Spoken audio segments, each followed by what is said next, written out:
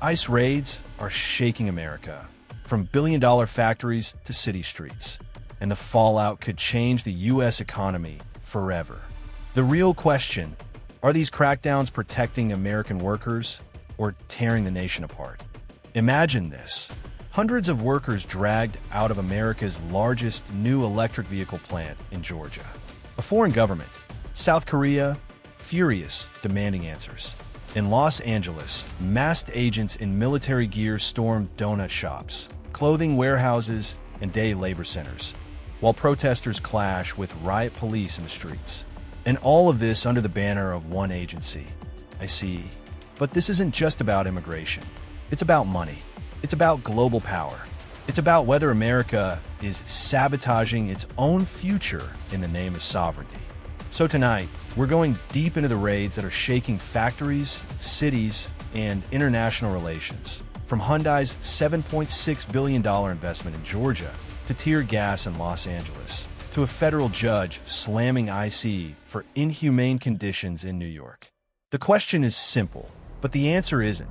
Are these raids saving America, or are they destroying it from within? Stick with me, because by the end of this video, you might see America's immigration battle in a way you've never seen it before.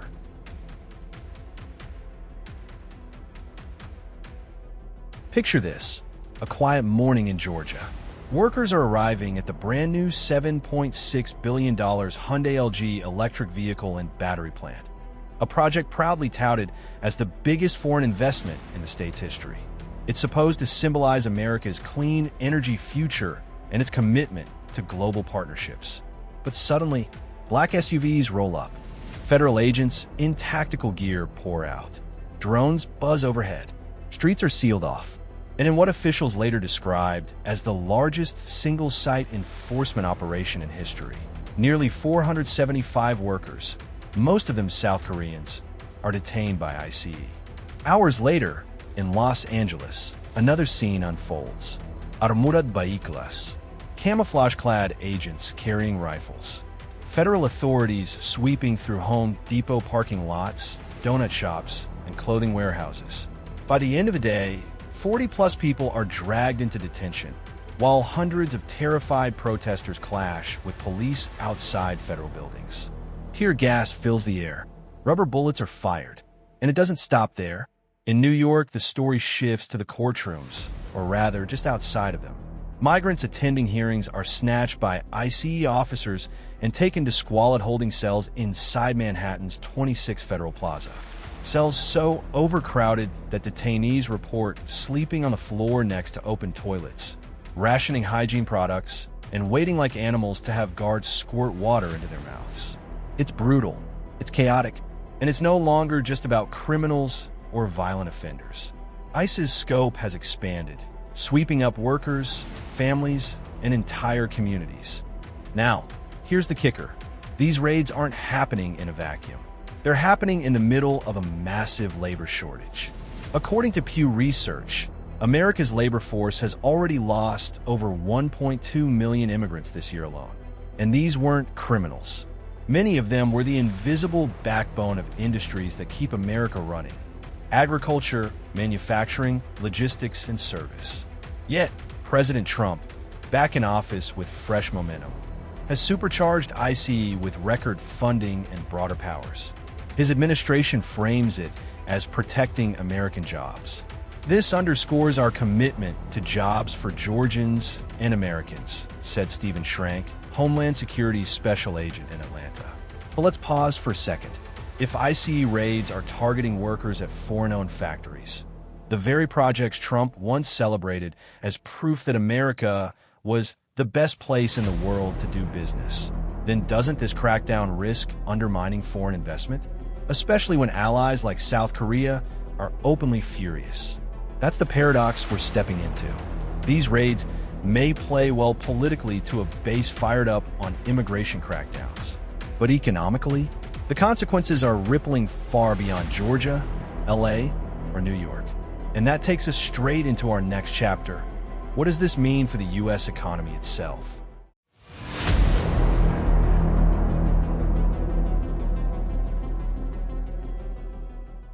The United States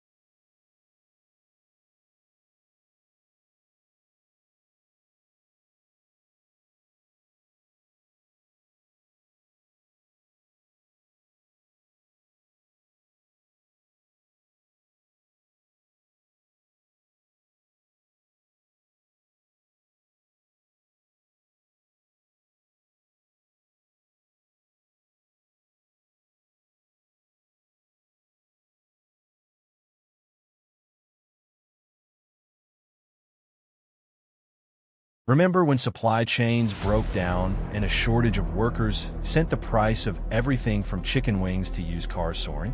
We're setting ourselves up for a similar scenario, except this time it's government policy driving the disruption. And here's a number you need to remember. 1.2 million fewer immigrants in the U.S. labor force this year.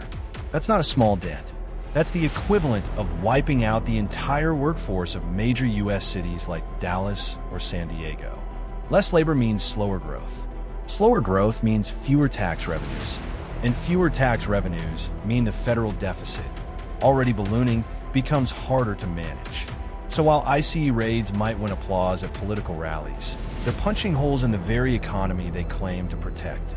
But this isn't just about domestic economics. Because when you raid a plant owned by Hyundai and LG, you're not just detaining workers. You're straining diplomatic ties, threatening trade deals, and shaking global confidence in America as a stable investment hub. Which brings us to Chapter 3, the global fallout. If Chapter 2 showed us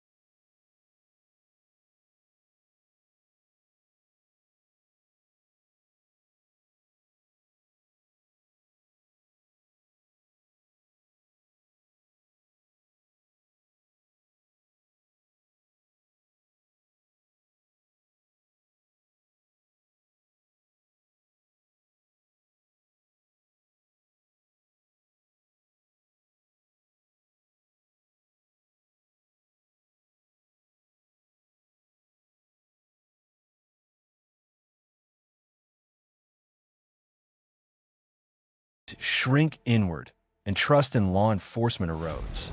From a political perspective, that fear is power, a way of asserting dominance over vulnerable populations. And yet, there's a contradiction at the heart of this theater. America needs immigrants. Its farms, factories, and restaurants rely on them. Its tech companies recruit them. Its demographics, an aging population and declining birth rates, demand them. But politically, the image of cracking down wins more votes than the messy truth of needing immigrant labor. So the show goes on. In short, ICE raids are as much about politics as they are about policy. They're designed to rally Trump's base with proof of action, demonize opponents who criticize enforcement as weak on security, intimidate immigrant communities into silence and invisibility, project American toughness abroad, even if it alienates allies. But beyond the theater, there's a deeper clash. The human cost versus the economic and social benefits some argue these raids bring. And that's exactly where we're heading next.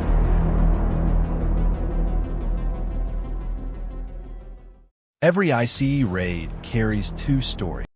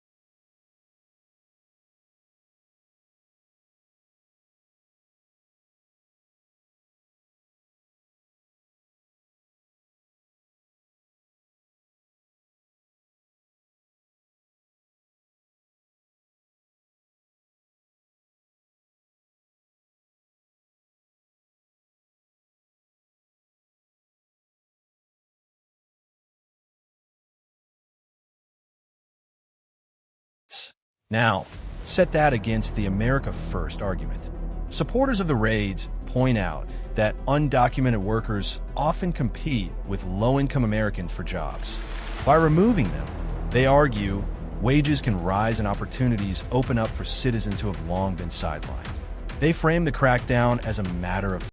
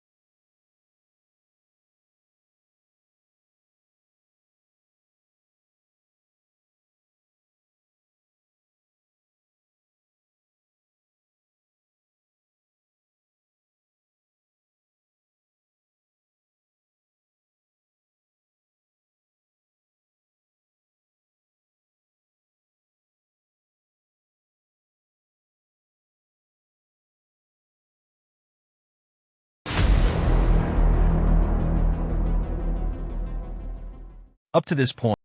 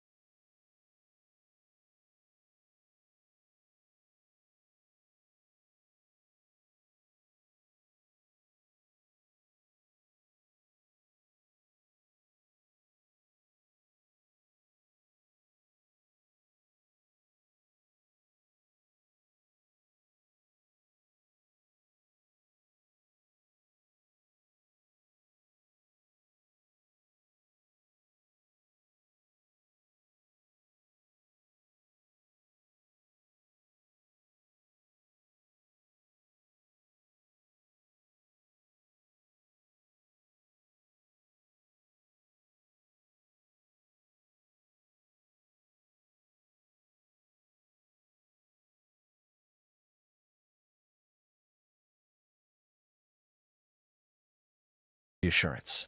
Beyond economics, the raids serve a symbolic function.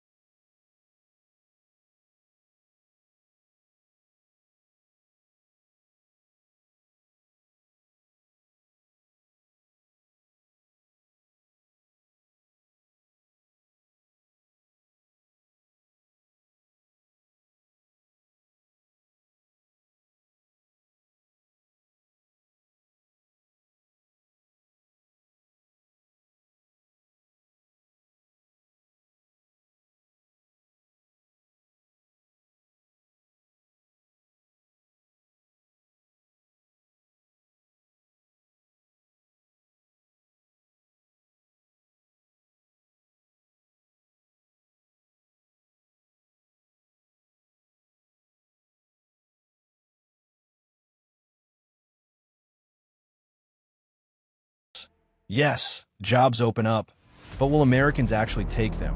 Or will industries struggle to recruit?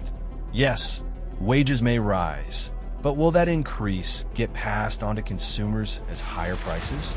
Yes, sovereignty is enforced, but at what cost to America's global image and foreign investment? The advantages are real, but they're not free.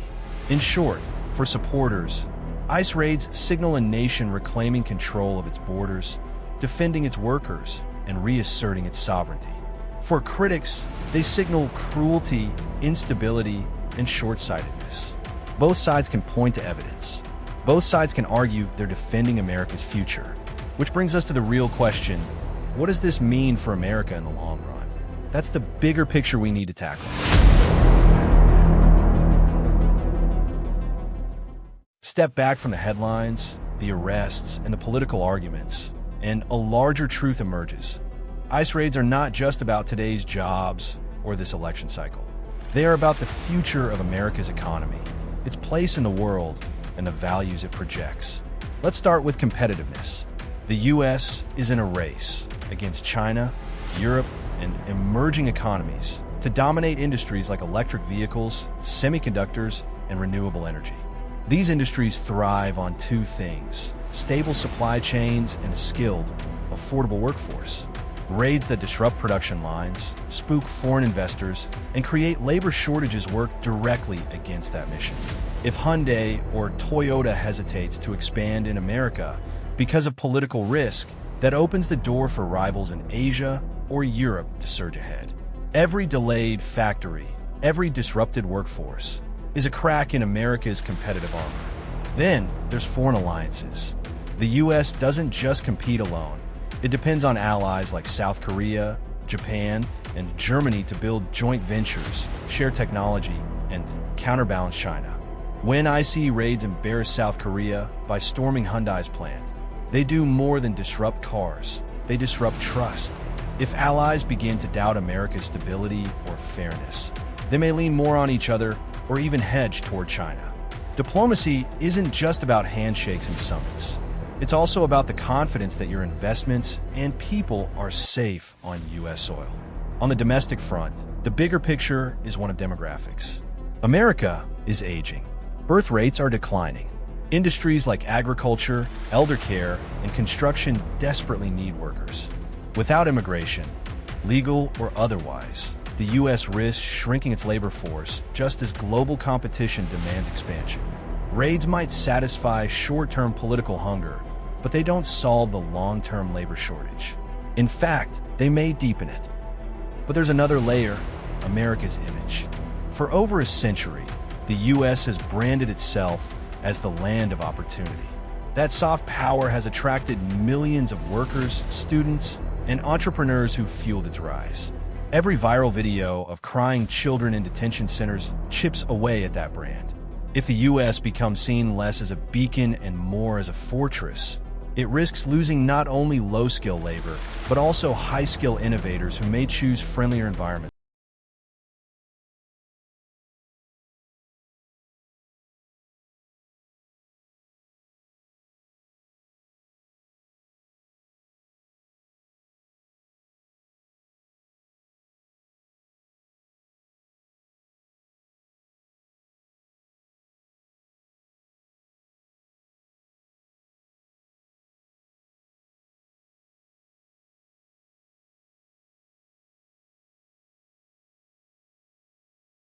Disruption now to secure a stronger, fairer economy later. So what does this leave us? The bigger picture reveals three possible futures. Short-sighted disruption. America keeps cracking down, industries weaken, allies lose faith, and rivals surge ahead. Painful reset. Raids trigger innovation and restructuring, eventually making the U.S. less dependent on undocumented labor and more competitive globally. Balanced reform. Instead of blunt force raids, America pivots to smart immigration reform, combining secure borders with pathways for legal labor, preserving both sovereignty and competitiveness. Which path the U.S. takes depends not only on Trump, ICE, or immigrant workers, but on the broader political will of the country. Raids may be dramatic, but they are not sustainable as a full solution. The real bigger picture is that America must decide what kind of economy and what kind of nation it wants to be in the 21st century. So, after the sirens fade and the buses drive away, what remains? Families separated, factories disrupted, allies angered, and voters divided. To some, ICE raids are the necessary hard edge of sovereignty. To others, they're symbols of cruelty and short-sightedness. But one thing is certain. They're not just about immigration. They're about America's future, its economy, its role in the world, and its soul. And that's the question I leave you with. Are IC raids protecting America's future, or are they sabotaging it?